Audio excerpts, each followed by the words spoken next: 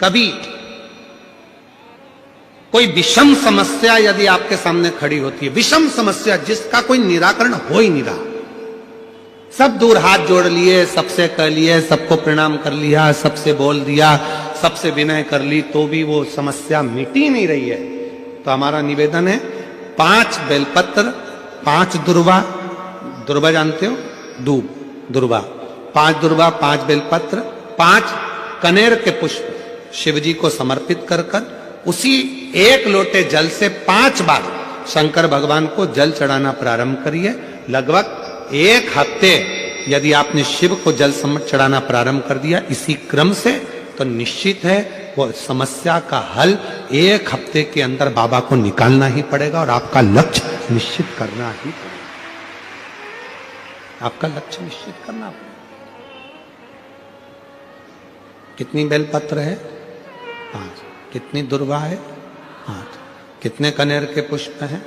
5। और जो 1 लोटा जल आप लेकर गए हो उसी को थोड़ा थोड़ा कर कर 5 बार समर्पित कर, 5 बार। नाम स्मरण रखना, तुम रुकेश्वर महादेव का। फिर से बोलिए नाम, जम के बोलो जरा, तुम रुकेश्वर महादेव। तुम रुकेश्वर महादेव का एक नाम ऐसा नाम है, हम कई माताओं से कहते हैं जिनके गर्भस्थ कई पत्र हैं ऐसे आए हुए हैं, बहुत सारे पत्र हैं जिसमें माताओं ने कहा हमारे शरीर में गांठ थी और वो बाबा की कृपा से गांठ गली। एक पत्र है, अच्छा है, देखिए तुम रुका जी का नाम कितना प्रबल है, आप पत्र में देखिए।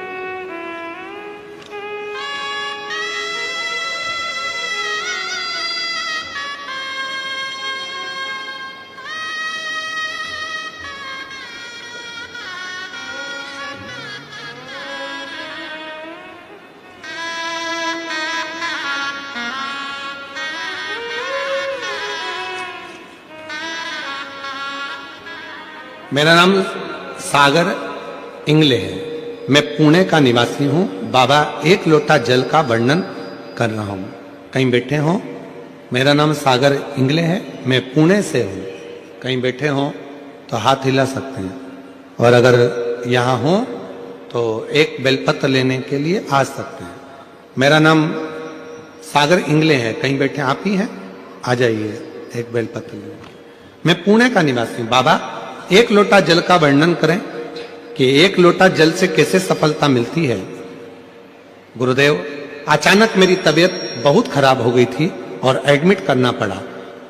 बहुत सारी टेस्ट हुए, टेस्ट में गुरुजी मेरी मेरे हार्ट में खून की गांठ बताई गई। डॉक्टर बोले कि अगर गोलियों से खून की गांठ अगर नहीं गली तो हम आगे का ट्रीटमेंट बढ़ाएंगे।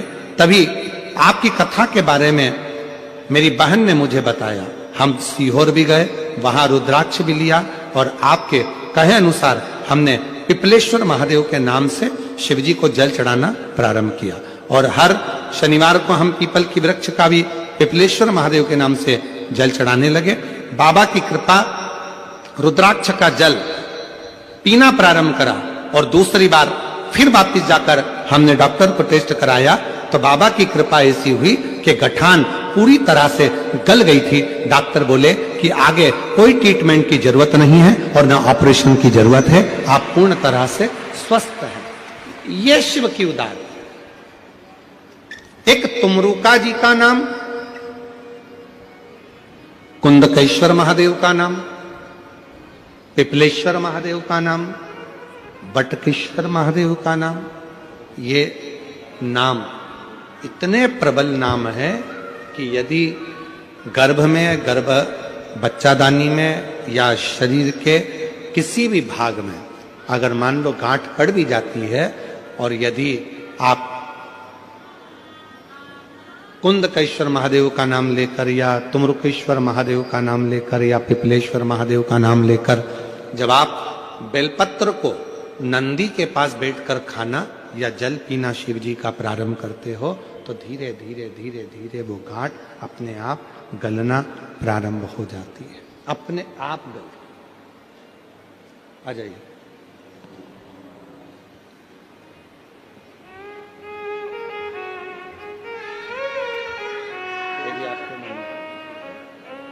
जोरदार ताली बजाओ।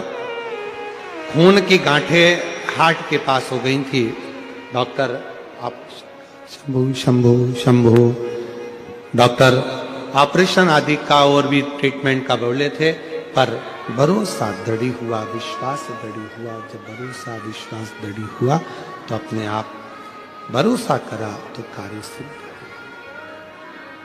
भरोसा और शंभू शरण मांगू घड़ी घड़ी दुख। बाहर की भी आवाज बढ़ाओ थोड़ा सा, तो आवाज का मालूम पड़ेगा।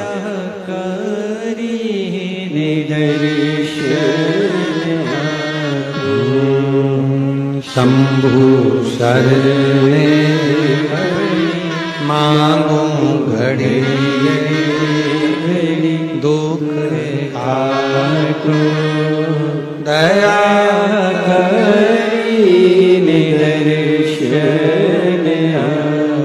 शिव कथा कर रही है।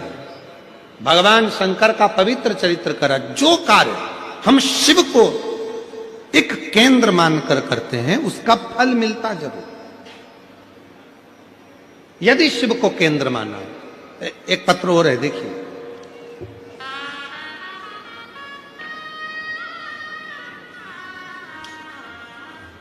मेरा नाम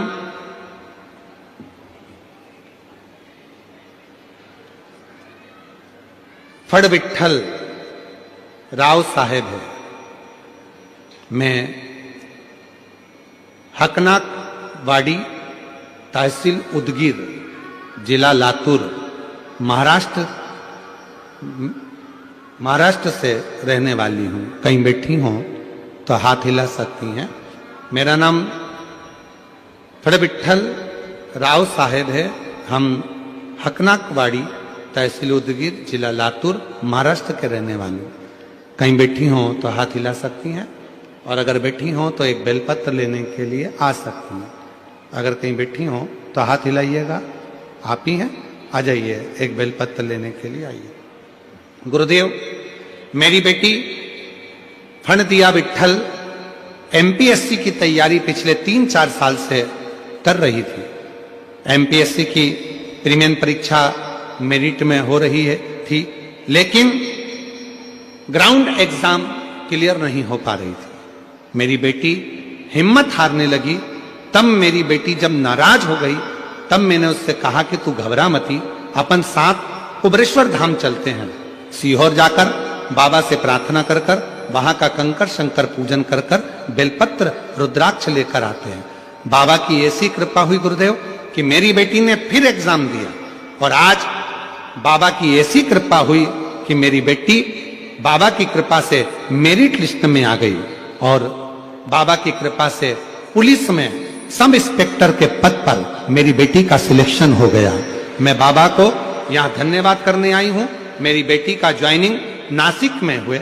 बाबा की कृपा से मैं बेटी को प्रणाम कराने के लिए लाई हूं, और शिव की कृपा से यहां आई हूं। एक विश्वास, एक भरोसा, एक दृढ़ता जब आपके और हमारे हृदय में होती है तो शिव करुणा क्यों ना करे, क्यों ना कृपा करे।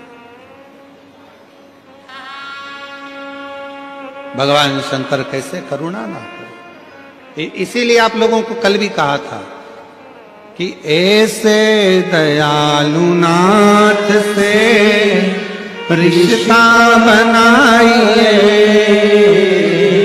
ऐसे दयालु नाथ से रिश्ता बनाइए, मिलता रहेगा आपको जो कुछ भी चाहिए, मिलता रहेगा आपको जो कुछ भी चाहिए। मांगा है भोलेनाथ से वरदान एक ही, मांगा है भोलेनाथ से वरदान एक ही। तेरी कृपा बनी रहे जब तक है जिंदगी, तेरी दया बनी रहे जब तक है जिंदगी। मांगा है भोलेनाथ से वरदान, मांगा है भोलेनाथ से वरदान। शिव कृपा सागर है। मेरी जीजियों, आप जब शंकर जी के मंदिर में एक लोटा जल लेकर जाती हो तो केवल वो जल नहीं रहता, आपका विश्वास रहता है। आप जब शंकर जी के मंदिर में एक लोटा जल लेकर पहुंचती हो तो वो जल नहीं रहता, वो आपका भरोसा रहता है। जब आप शिव जी के मंदिर में एक लोटा जल लेकर जाती हो, वो केवल भरोसा विश्वास नहीं, आपके भीतर की शिव चरणों की दृढ़ता रहती है। आप जब शिव जी के मंदिर में एक लोटा जल चढ़ाने के लिए जाती हो तो केवल वो शिव नहीं रहता, उस समय पर जल ग्रहण करते समय वो आपका पिता, आपका बाबुल, आपका भाई, आपका सखा, आपका मित्र और आपके दुख का हरण करने वाला शिव हो जाता है। वो शिव है। बस याद रखिएगा, हाथ में बांधने वाली घड़ी कभी कभी बंद हो जाती है।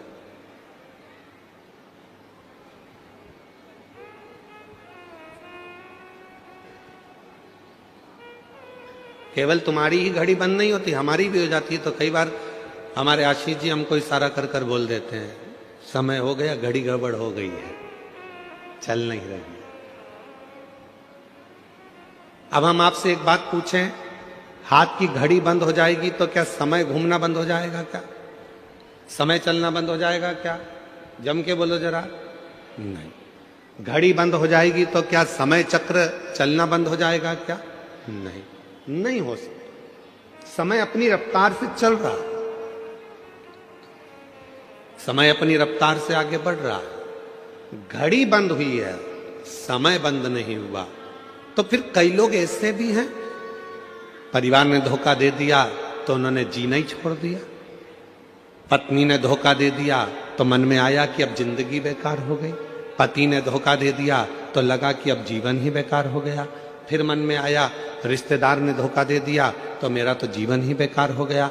एक कंपनी में जॉब कर रहा था, उस कंपनी से निकल गया तो सोचा कि अब तो मेरी पूरी जिंदगी बेकार हो गई, अब मुझे कोई दूसरा जॉब ही नहीं मिलेगा। क्यों सोचना? घड़ी बंद हुई है, समय चक्र बंद नहीं हुआ। याद रखना, घड़ी बंद हो जाए घबराना नहीं, समय तो चल रहा है और ये समय हमको सिखा रहा है कि दुनिया में कितना भी दुख की घड़ी आ जाए और घड़ी बंद भी हो जाए तो हिम्मत मत हारना। जैसे समय चक्र चलता रहता है वैसे भी तुम चलते रहना, तो तुम्हारी जिंदगी एक ना एक दिन मंजिल तक पहुंच जाएगी। समय चक्र के अनुसार अपने जीवन को अग्रण्यता रखिए, समय चक्र के अनुसार अपने जीवन को प्रबल रखिए। अपने जीवन, कोई कहता है कि बचपन में भगवान को भजना चाहिए, जवानी में भगवान को भजना चाहिए, अधेड़ी में भगवान को भजना चाहिए कि बुढ़ापे में भगवान को भजना चाहिए। बोल रहे मुंबई वाली जीजियों और मुंबई के जीजाओं, बचपन में भगवान को भजना चाहिए, जवानी में भगवान को भजना चाहिए, अधेड़ी में भगवान को भजना चाहिए कि बुढ़ापे में भगवान को भजना चाहिए। शिव महापुराण की कथा कहती है कि तुम्हारी जिंदगी में जब तुम्हें लगने लगे कि शिव मेरा पिता है, उसी समय से भगवान को भजना प्रारंभ कर देना चाहिए। उसी समय। इंतजार मत करना कि बचपन में कोई भगवान की भक्ति करी जाती है। जवानी में क्या भगवान का भजन किया जाता है?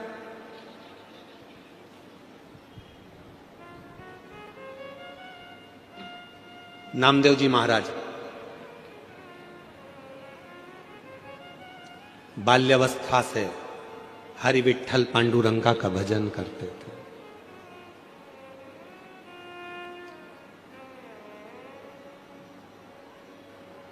बचपन से विठ्ठल विठ्ठल विठ्ठल विठ्ठल विठ्ठल भजा।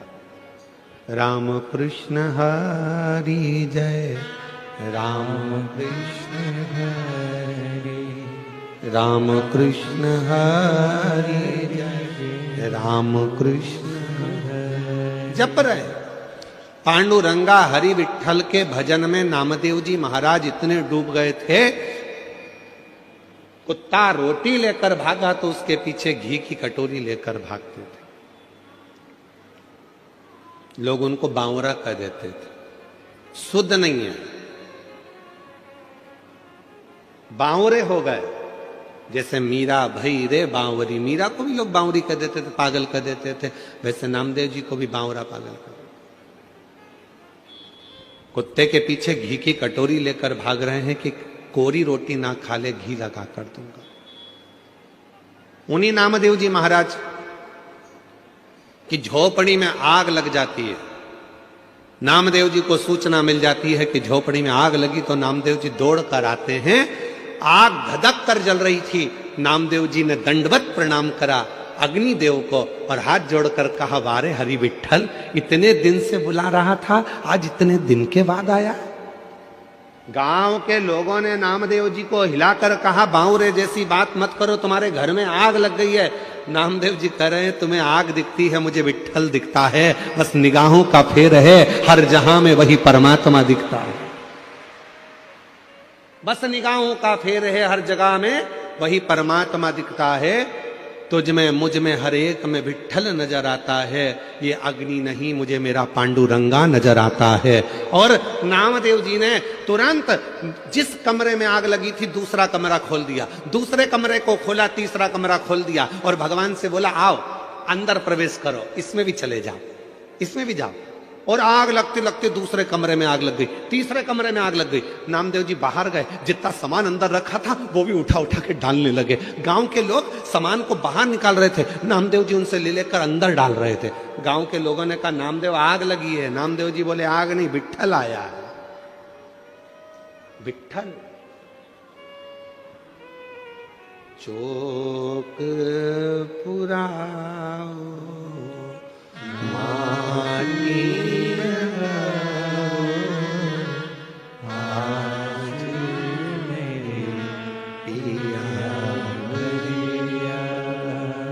आज मेरा विठ्ठल आया है, पांडुरंगा आया है। वो गीत जो आप लोग हमेशा गुनगुनाते रहते हो। आप तो मुंबई जगत के लोग हो और फिल्मों से आपका नाता है, तो आपको स्मरण में आना चाहिए, बहारो फूल बरसाओ मेरा महबूब आया। आज मेरा हरि विठ्ठल आया, अग्नि के रूप में आया, अग्नि के स्वरूप में आया।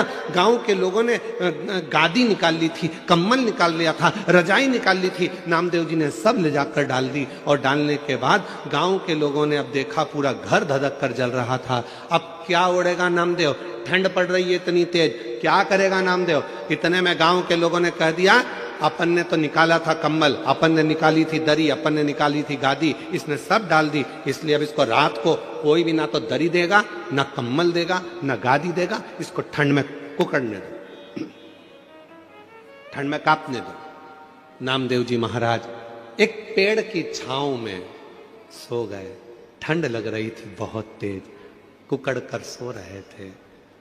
मेरे हरि विठ्ठल ने विचार करा, इसने मुझे अग्नि के रूप में भी देख लिया और कहा कि मेरा हरि विठ्ठल आया, तो मुझे तो अदा करना पड़ेगा अपना फर्ज। मेरे हरि विठ्ठल ने, गांव के लोग तो चले गए और मेरे हरि विठ्ठल ने नामदेव जी का जो मकान जला था उसी मकान को इतना जोरदार बना दिया और उसमें नामदेव जी को ले जाकर रात की रात में सुला भी दिया। सवेरे गांव के लोगों के नेत्र खुले, गांव के लोगों ने विचार करा, चल कर देखो नामदेव जी की हालत क्या है। जो नामदेव जी को देखने गए तो आम के पेड़ के नीचे नामदेव नहीं थे, मकान के अंदर डनलप का सुंदर गद्दा था, मखमल की रजाई थी, मखमल का तकिया था, खूब आराम से नामदेव जी सो रहे थे। नामदेव जी को जगाकर गांव के लोगों में से एक बहुत धनिक व्यक्ति था, पैसे वाला व्यक्ति था, उसने नामदेव जी को जगाकर पूछा, नामदेव ये बता ये मकान किसने बना दिया रात की रात में? नामदेव जी बोले, मेरे रिश्तेदार आए थे। अच्छा, ये गादी भी उनने? हाँ। तकिया भी उनने? हाँ। रजाई भी उनने?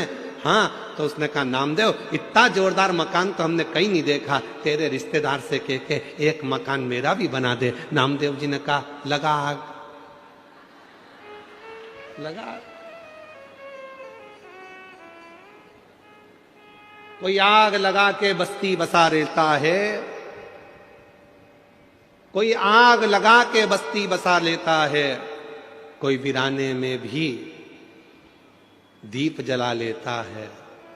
वो श्री हरि विठ्ठल के परम भक्त हैं नामदेव, जो हर जगह पर भक्ति के बल पर उस हरि विठ्ठल का दर्शन कर लेते हैं। ये उनके ऊपर हरि विठ्ठल की कृपा है, दया है।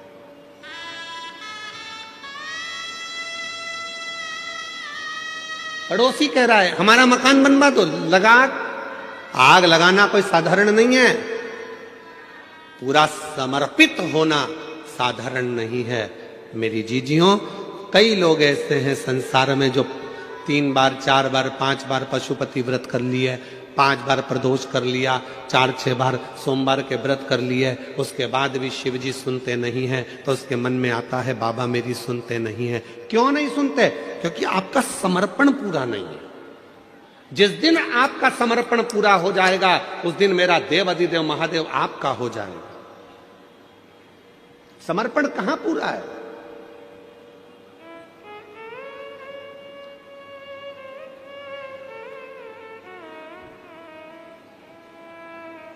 एक पत्र है,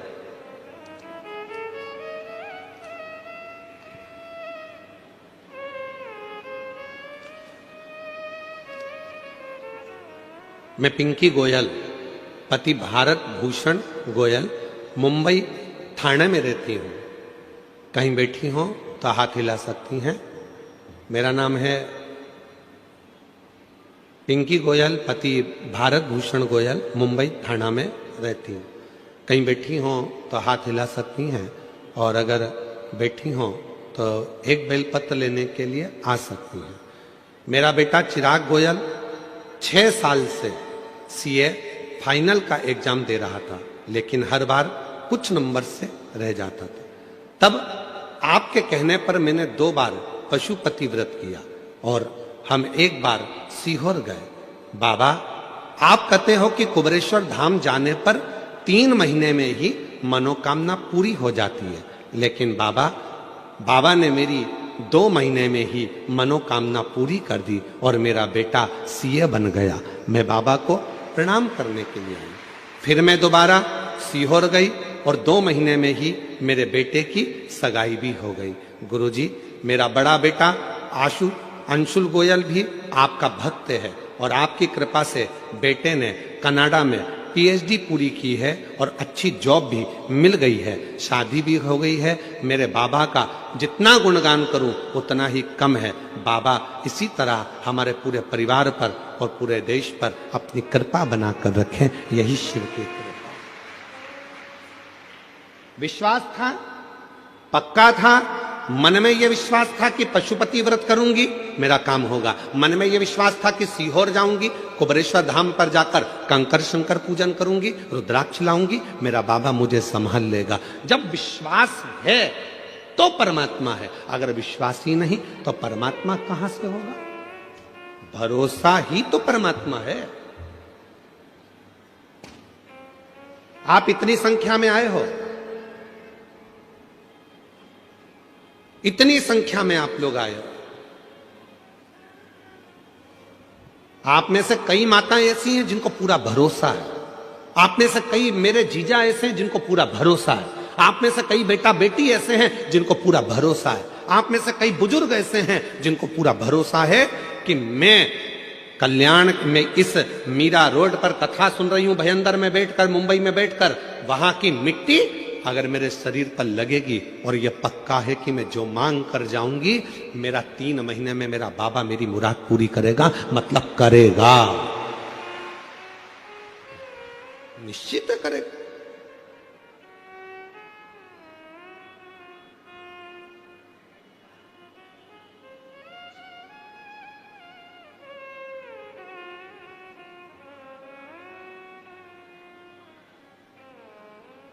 कल एक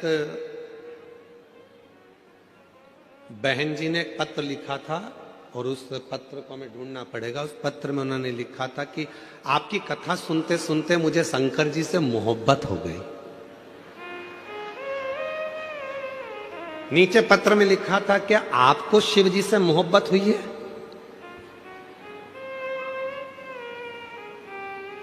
प्यार हो जाता है तो बताया नहीं जाता, नहीं तो बाप के जूते पड़ना चालू हो जाते हैं।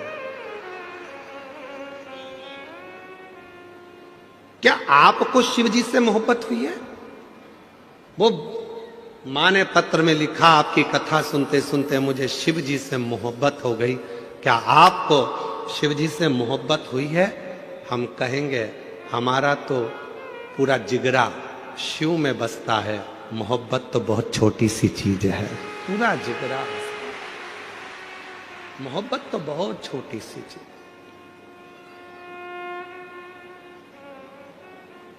ये दुनिया के लोगों के आगे एक आरती का एक लाइन आती है, तन मन धन सब है तेरा, स्वामी सब कुछ है तेरा, तेरा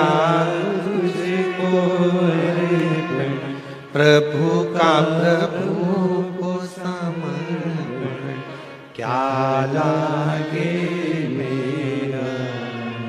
अब यहां पर तन मन और धन 3 चीजें हैं, 3 चीजें, मतलब ये दृष्टि भी तुम्हारी है, ये मेरा स्वरूप भी तुम्हारा है, पूरा स्वरूप।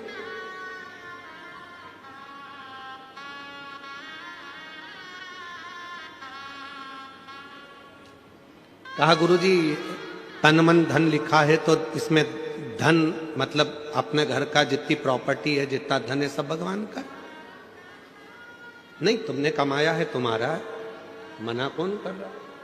तो फिर तन मन धन लिखा तो हमने कहा गाने की एक लाइन याद कर लो, चांदी जैसा रंग है तेरा, सोने जैसे बाल, एक तू ही धनवान है, गोरी बाकी सब कंगाल। मतलब तेरे पास में इतना वैभव, परमात्मा ने तुझे करोड़पति बनाकर भेजा है, लाखों के नेत्र देकर भेजा है, लाखों की किडनी देकर भेजा है। दुनिया का जो व्यक्ति कहता है कि मैं गरीब हूं, समझ लेना पक्का झूठ बोलता है। परमात्मा ने किसी को भिखारी बनाकर पैदा नहीं करा, परमात्मा ने करोड़पति बनाकर पैदा करा। परमात्मा कभी किसी को गरीब बनाकर पैदा नहीं करता, परमात्मा हमेशा सेठ बनाकर पैदा करा है। बस इतना याद रखना, अपने हुनर को निखारिए, अपने भीतर जो परमात्मा ने दिया है उसको निखारने का प्रयास करिए, अपने भीतर जो परमात्मा ने दिया है उसको सामने लाने का प्रयास करिए। जिस दिन आप अपने हुनर को निखारना प्रारंभ करोगे, एक दिन आप अपने आप समझ जाओगे कि परमात्मा ने आपको कितना करोड़पति बनाकर भेजा है, कितना धनपति बनाकर भेजा। हम अपने आप को निखार ही नहीं रहे।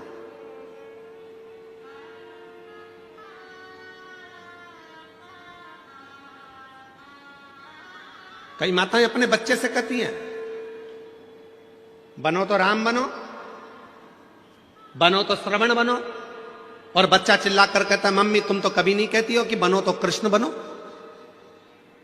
माँ ने कहा हम इसलिए नहीं बोलते क्योंकि तुम समझोगे कि भगवान कृष्ण ने माखन को चुराया, भगवान कृष्ण ने चीर चुराया, तो हमको लगता है कि तुम भी कहा कुछ वैसा ना करने लगो, इसलिए हम तुम्हें कृष्ण नहीं, हम तुम्हें राम बनने को कहते हैं, हम तुम्हें श्रवण बनने को कहते हैं। इतनी देर में बच्चा कहता है अगर तुम कहती हो कि राम बनो श्रवण बनो तो मैं राम बनने को तैयार हूं। जैसे दशरथ जी ने अपनी पूरी सत्ता राम जी को सौंपी थी, लाओ जरा तिजोरी की चाबी सौंपी है, देव हमको तिजोरी की साथ।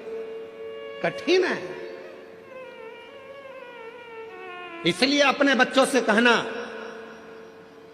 कि बनना तो छत्रपति वीर शिवाजी बनो, बनना तो दुर्गावती बनो, बनना तो झांसी की रानी बनो, और बनना तो बाला साहेब ठाकरे जैसे प्रबल शेर बनो जिसकी गर्जना से पूरा देश गूंजता। रामकृष्ण परमहंस बनो, स्वामी विवेकानंद बनो। बनना है तो अपने जीवन में कुछ अच्छा करने के लिए जागरूकता का प्रभाव, परमात्मा ने जो तुमको भेजा है उसको निखारने का प्रयास करिए, उसको निखारो। कितना सुंदर एक चरित्र है शिव महापुराण में, जरा देखिएगा। धनु राजा के 2 पुत्र हुए, रंभ और करम। दोनों के घर में औलाद नहीं थी। जल में बैठकर दोनों तप कर रहे थे। इतने में एक मगर आ गया और मगर ने करम्ब को खा लिया।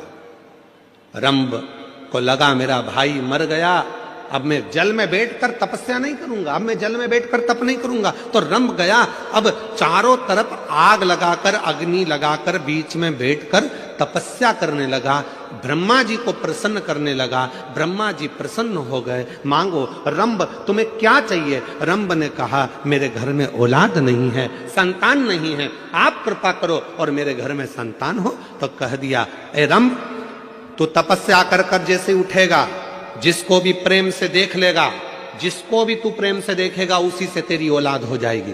बस रंभ तपस्या कर कर उठा, सामने से एक भैंस निकल कर जा रही थी, एक महिष निकल कर जा रही थी, और रंभ ने उस भैंस को, उस महिष को प्रेम से देख लिया। और जैसे ही भैंस को देखा, भैंस का गर्भ ठहर गया, उस महिष का गर्भ ठहर गया, उस भैंस का गर्भ ठहर गया, और वो भैंस गर्भवती हो गई। भैंस जब अपने मालिक के घर पहुंची, उसका जो पति था भैंसा, महिषा, उसने देखा कि मेरी पत्नी गर्भवती हो गई, इसके गर्भ में किसका बच्चा है? भैंसे ने ध्यान लगाया तो मालूम पड़ा कि वो रंभ का पुत्र है। क्रोध में आ गया महिषा, और महिषा को क्रोध आया, भैंसे को क्रोध आया, और रंभ के साथ वो युद्ध करने चले गया, और आखिरी में उसने रंभ को मार डाला। जैसे रंभ मर गया, उसके नगर के लोगों ने उसका अंतिम संस्कार करना प्रारंभ करा। चिता लगाई, अंतिम संस्कार हो रहा है, चिता पर लेटाया, चारों तरफ से आग लग गई। इतने में भैंस को लगा, उस भैंस को जिसके गर्भ में बच्चा था, उस भैंस को लगा कि मेरे गर्भ में इसका बच्चा है जो जल रहा है, जिसकी चिता जल रही है, पर पति तो मेरा यही है, क्यों ना अब मैं अपने भी प्राण त्याग दूं, अपने पति के साथ ही सती हो जाऊं। और वो भैंस दौड़ती दौड़ती अग्नि में कूद पड़ी। जैसे ही अग्नि में कूदी, इतने में उसका एक बच्चा हो गया, जिसका जन्म होते से ही, प्रकट होते से ही उसने मनुष्य का और भैंस का दोनों का रूप धारण करना प्रारंभ कर दिया। उसका नाम महिषासुर हो गया, उसका नाम था महिषासुर।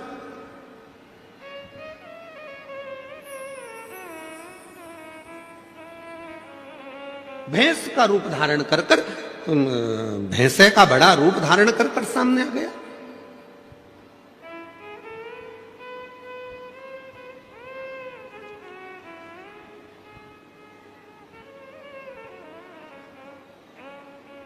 अब महिषासुर ब्रह्मा जी का तप करा, वर मांगा, मुझे वर दीजिए ब्रह्मा जी। ब्रह्मा जी ने पूछा कौन सा वर चाहिए? तो ब्रह्मा जी से कहा मुझे वर दीजिए कि मुझे कोई पुरुष ना मार सके। और महिषासुर ने मन में सोचा कि किसी स्त्री में ऐसा बल नहीं है जो मुझे मार दे, अगर मरूं तो स्त्री के हाथ से मरूं।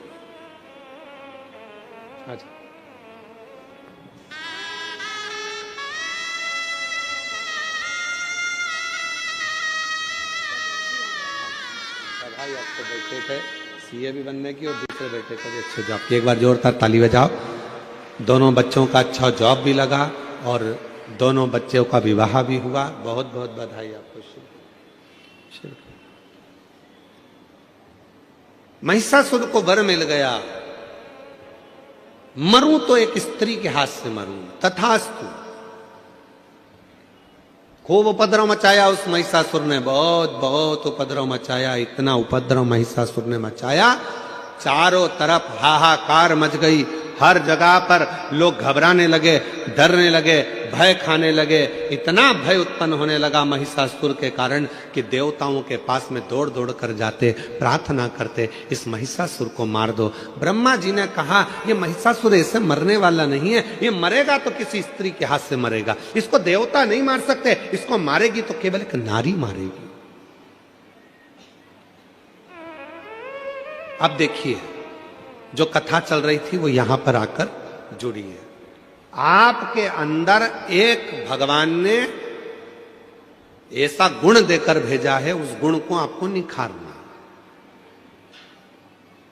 उस गुण को निखारना। कैसे मरेगा? देवताओं से जाकर कहा, आप सबकी धर्म पत्नियों को जाकर कहिए कि कोई एक इस महिषासुर को मार दो। इंद्रदेव की पत्नी से कहा, क्या तुम मार सकती हो? ब्रह्मा जी ने कहा, नारी में बल तब आता है जब वो अपने पति का सम्मान करे, आदर करे, सत्कार करे और नमन करे, ऊंची आवाज में बात ना करे, तो नारी के अंदर एक बल बड़ा प्रबल रहता, बड़ा।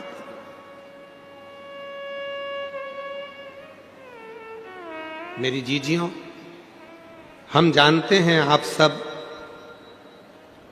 बहुत अच्छे शहर में रहते हो, बहुत विद्वत शहर है मुंबई, बहुत विद्वत शहर है। हम सब जानते हैं कि आप लोग बहुत विद्वान भी हैं, पर एक निवेदन आप सब से करेंगे, आप बनो विद्वान, मना नहीं है, आप बहुत अच्छे शहर में रह रहे हो, आपकी विद्वत्ता है, फिर भी निवेदन है, एक माता पिता को, दूसरा घर के बुजुर्ग को, तीसरा अपने पति को, चौथा अपने परमात्मा को प्रणाम करने में कभी पीछे मत हटो, उसको नमन जरूर करा करो। घर के बुजुर्गों को नमन करने पर हमारे ऊपर यदि कोई तकलीफ आने वाली होती है तो वो कट जाती है, वो तकलीफ कट जाती है।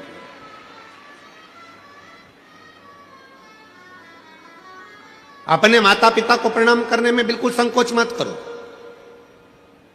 कोई संकोच नहीं होना चाहिए अपने मां बाप को प्रणाम करने में।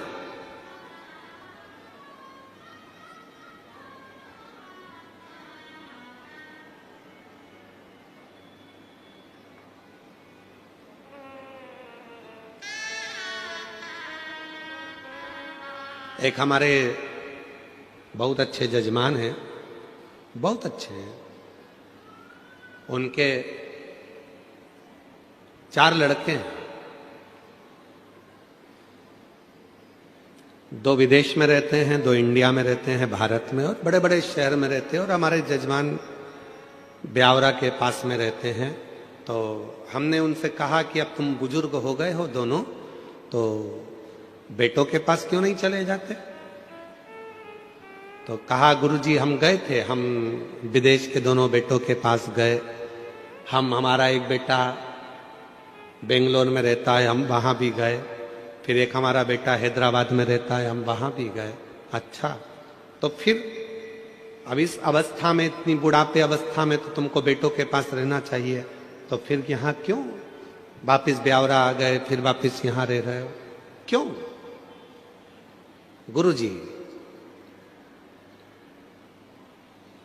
हम वहां रह तो रहे थे, पर ऐसा लग रहा था कि वहां से हमारा अपनापन खत्म हो चुका था। गुरुजी, मां बाप के पास जैसे बेटा रहता है, उसको लगता है कि ये मेरे मां बाप हैं और इनके पास जो कुछ भी है उस पर मेरा हक है। जैसा बेटा रहता है अपने माँ बाप के पास में और उसको लगता है कि ये मेरे माँ बाप है और उनके पास जो है उस पर मेरा हक है, पर आज हम आपसे कहते हैं गुरुजी, जब माँ बाप अपने बेटे के पास रहते हैं तो ऐसा लगता है कि हम किसी पड़ोसी के घर में कुछ दिन रहने के लिए आए हैं, किसी पड़ोसी के घर में आए, हमें अपना हक नहीं लगता, डर लगता है। सामान तेज गिर गया, बेटा जाग कर आएगा कुछ कह देगा, पानी ज्यादा गिर जाएगा तो बहू कुछ कह देगी, कुछ कहूंगी तो पोता पोती कुछ कह देंगे, डर सा रहता है। इसलिए गुरुजी हम उनके पास नहीं, अपने गांव में ब्यावरा के पास में रहते हैं, 2 रोटी बनाकर खा लेते हैं, कम से कम भय की जिंदगी तो नहीं जीते, अपनी गुड जिंदगी को जीने का प्रयास करते। क्यों हो रहा है, किस लिए हो रहा है, क्या कारण है जो आज माता पिता को अपने बच्चों के पास रहने में भय उत्पन्न होने लगा है? भय लगता है क्यों?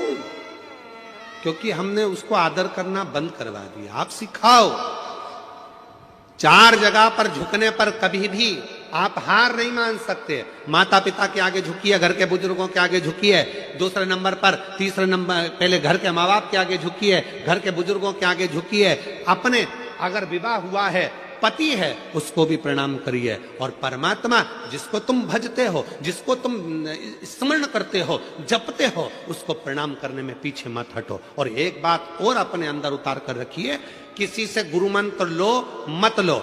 आज के जमाने में 50 बार सोचना पड़ता है कि गुरु किसको बनाया जाए, इसको बनाए गुरु, उसको बनाए गुरु, उसको बनाए गुरु। आज के जमाने में किसी पर भरोसा भी नहीं टिक पाता, ना जाने कौन ऐसा मिलेगा जो हमारी जिंदगी नाश कर कर चले जाएगा। तो गुरु भी सोचना पड़ता है, अच्छा कब मिलेगा, कैसा मिलेगा, क्योंकि आज के जमाने में गुरु फिरे बाजार में, हमसे दीक्षा ले, हमसे गुरु मंत्र लो, हमसे दीक्षा लो, गुरु फिरे बाजार में, हमसे दीक्षा ले, तुम नरक पड़ो चाहे स्वर्ग जाओ, पर लिफाफा हम ही को दो। आज के गुरु तो ऐसे हो गए जो केवल धन की चाह करते हैं। पर याद रखना, अगर कोई गुरु नहीं मिल रहा, किसी को आप गुरु नहीं बना पा रहे हो, तो एक काम करना, अपने शंकर को 1 लोटा जल चढ़ाकर श्री शिवाय नमस्तुभ्यम बोलकर मंत्र का जप करना प्रारंभ कर दो। शिव को गुरु बना लो, वो शंकर तुम्हें पार लगा देगा, वो शिव तुम्हें पार लगा। शिव को गुरु बनाओ, प्रणाम करो, माता पिता को प्रणाम करो, घर के बुजुर्गों को प्रणाम करो, पति को प्रणाम करो, परमात्मा को प्रणाम करना चाहिए। भगवान ने सबके अंदर एक एक बड़ा सुंदर एक प्रकाश देकर भेजा, उसको प्रकाशित करना है। तब देवताओं ने कहा कि ढूंढो, किसी स्त्री में अगर क्रोध आ जाए और वो स्त्री वो हो जिसने अपने पति से ऊंची आवाज में बात ना करी हो, तो कहा ब्रह्मा जी से, ब्रह्मा जी आप ब्रह्माणी को भेज दो महिषासुर को मारने। ब्रह्मा जी कहने लगे, मेरी ब्रह्माणी ने तो मुझे श्राप दिया है कि पृथ्वी पर कहीं तुम्हारे मंदिर नहीं होंगे। भारत की भूमि पर ब्रह्मा कहते हैं मेरा केवल एक ही मंदिर है, वो पुष्कर में है, क्योंकि मेरी पत्नी ने मुझे श्राप दिया था, इसलिए मेरी पत्नी महिषासुर को नहीं मार सकती, मेरी पत्नी महिषासुर को नहीं मार सकती। तो इंद्र से कहा, इंद्र तू अपनी इंद्राणी को भेज दे। इंद्राणी ने कहा, जब कल्प वृक्ष जा रहा था, मेरी पत्नी क्रोध में आ गई थी और उसने मुझे अपशब्द कह दिया था, मेरी पत्नी इंद्राणी भी महिषासुर को नहीं मार सकती। फिर कहा भगवान विष्णु से, आप लक्ष्मी जी को भेजिए और लक्ष्मी जी से कहो कि महिषासुर को मार दे। लक्ष्मी जी की बात आई तो भगवान विष्णु ने कहा, लक्ष्मी महिषासुर को नहीं मार सकती, क्योंकि एक बार मैं लक्ष्मी जी तैयार हो रही थी, श्रृंगार कर रही थी और मैं लक्ष्मी पर हंस दिया था, तो लक्ष्मी ने मुझे श्राप दे दिया था, हे नारायण तुम मुझे देखकर घोड़े जैसे हंसे हो, मैं तुम्हें श्राप देती हूं कि तुम्हारा सिर कटेगा और तुम्हारा को घोड़े का मुंह लगेगा, तुम्हारा हयग्रीव अवतार होगा। तो मेरा घोड़े का मुख लगा और मैंने हयग्रीव अवतार धारण करा, तो लक्ष्मी भी महिषासुर को नहीं मार सकती। तब देवताओं ने कहा, केवल एक पार्वती ऐसी है जो अपने पति से कभी चिढ़कर नहीं बोलती, कभी क्रोध में नहीं बोलती, इसलिए केवल पार्वती महिषासुर को मार सकती, केवल पार्वती। कोई देवी में सामर्थ्यता नहीं है पार्वती के अलावा जो महिषासुर को मार दे। शंकर भगवान बोले, मेरी पार्वती को तो गुस्सा ही नहीं आता, जब गुस्सा ही नहीं आता तो मारेगी कैसे? जब गुस्सा आता है तो टूट पड़ती है, क्रोध आएगा तो झगड़ा करेगी ना, इसको तो क्रोध ही नहीं आता। इतने में ब्रह्मा जी ने कहा, अब तुम्हें उसको गुस्सा तो दिलाना पड़ेगा। तो भगवान शंकर ने मन में सोचा, गुस्सा कैसे दिलाऊं? तो एक बार भगवान शंकर ने कहा, मैं प्रयास करके देखता हूं। शिव जी पहुंच गए पार्वती जी भोजन बनाई, आकड़िया की रोटी बनाई, काकड़िया की साग, और परसे माता पार्वती जी पावे भोलानाथ, मन शिव रटोरे छोड़ दो कपट मन शिव रटोरे, मन शिव रटोरे छोड़ दो कपट मन शिव रटोरे। आकड़िया की रोटी बनाई, काकड़िया की साग, बोलो बोलो, आकड़िया की रोटी बनाई, काकड़िया की साग, और परसे माता पार्वती जी, परसे माता पार्वती जी, और पावे भोलानाथ मन शिव रटोरे छोड़ दो कपट मन शिव रटोरे। पार्वती जी ने भोजन परोसा, शिव जी भोजन कर रहे थे। शंकर भगवान गुस्सा दिलाने के लिए तैयार हो गए।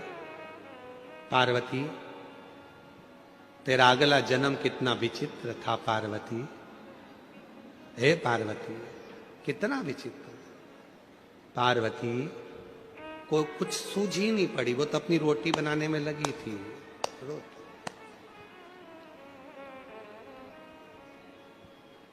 फिर भगवान शिव जी ने कहा, पार्वती तेरे पिताजी हिमालय राज के पास में इतना धन था, कन्यादान में एक फूटी कोड़ी नहीं दी तेरे पिताजी ने, तेरे पिता ने एक फूटी कोड़ी नहीं दी। सोचा था शिव जी ने कि पार्वती को गुस्सा आ जाएगा। पार्वती तेरे पिताजी के पास में कितना धन था, गाड़ियां, अलमारियां, वैभव सब था, फिर भी तेरे पिताजी ने कुछ नहीं दिया। पार्वती जी सिर पे पल्लू लेके मुस्कुरा के बोली, मेरा पिता तो दे दे था, तुम्हारे घर में रखने की जगह है। शंकर भगवान मन में सोचे, मैं इसके बाप के ऊपर पहुंचा, ये मेरे बाप के ऊपर पहुंच गई, क्या बोलूं, गुस्सा तो आ ही नहीं रहा। तब शिव जी ने ध्यान लगाकर फिर कहा, पार्वती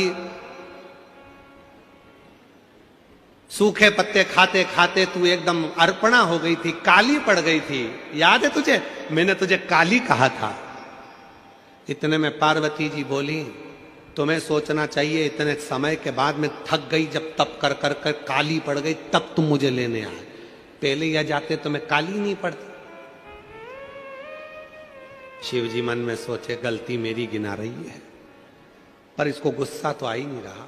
शंकर भगवान बाहर गए भोजन करते करते, भगवान विष्णु और ब्रह्मा जी बाहर खड़े थे। उन्होंने हाथ जोड़कर बोला, प्रभु कुछ हुआ? शंकर भगवान बोले, रत्ती भर भी करंट नहीं आया, रत्ती भर नहीं आया। इतने में भगवान ब्रह्मा और विष्णु ने तुरंत कहा, प्रभु आपने क्या क्या बोला? तो कहा, मैंने उसके पिताजी के बारे में बोला कि तुम्हारे पिताजी ने कुछ नहीं दिया, तो वो बोली तुम्हारे घर में रखने की जगह नहीं थी, उसके बारे में बोला। तो इतने में भगवान विष्णु ने कहा, एक काम करो कि पार्वती का जो अगला जन्म था सती का, उनके पिता के बारे में बोलो, हो सकता है थोड़ी आग लग जाए, हो सकता। जब मायके के बारे में बोला जाता है तभी थोड़ी सी क्रोध आता है। अब शिव जी ने कहना चालू करा, पार्वती तेरा अगला जन्म कितना विचित्र था, तेरे पिताजी ने यज्ञ रखा और उस यज्ञ में सबको बुलाया, मुझे नहीं बुलाया, तुझे नहीं बुलाया, तेरा पिता